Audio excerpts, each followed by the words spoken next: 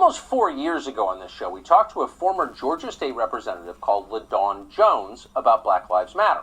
Jones is a strong supporter of BLM, so not surprisingly, she was well practiced in the now highly familiar tactic of denouncing everything she doesn't like as racist, and we knew that going into the interview.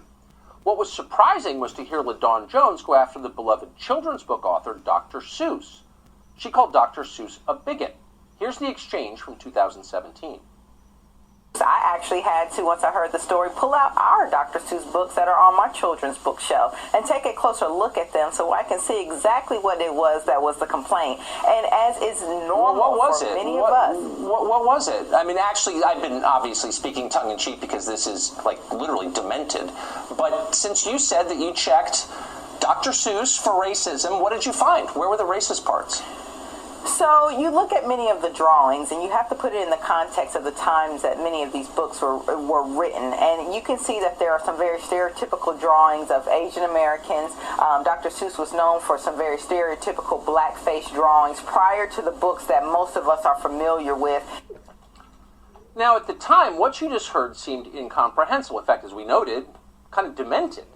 Say what you will about Dr. Seuss, maybe you think his drawings are primitive, maybe some of his doggerel doesn't actually rhyme, fair, but Dr. Seuss was not a racist. Dr. Seuss was a preachy liberal. He was an evangelist against bigotry. He wrote an entire shelf of books against racism, and not in a subtle way. They were clearly, explicitly against racism. That was the whole point of writing them, to teach children not to be racist. Now, as it happens, today is Dr. Seuss's birthday. Born Ted Geisel in Springfield, Massachusetts, he would be 117 years old were he alive today. And thank God he isn't, because he would be wounded and confused. Every year on Dr. Seuss's birthday, the president, whomever he is at the time, makes a proclamation in support of something called Read Across America Day. That's designed to encourage kids to read books. And every year, the president mentions Dr. Seuss, because, again, it's his birthday. That's the whole point of it. But not this year. Joe Biden omitted Dr. Seuss from this year's proclamation. Why? Because Dr. Seuss is now considered a racist. All of the stuff you need to know is in Dr. Seuss. It's like, the Starbelly speeches.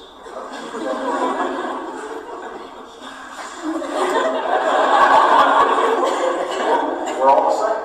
So why would we treat somebody differently just because they don't have a star on their medal? If I think about responsibility, I think about, Horton sitting on the egg up in the tree. While Lazy Maisie's flying out. You know what I mean?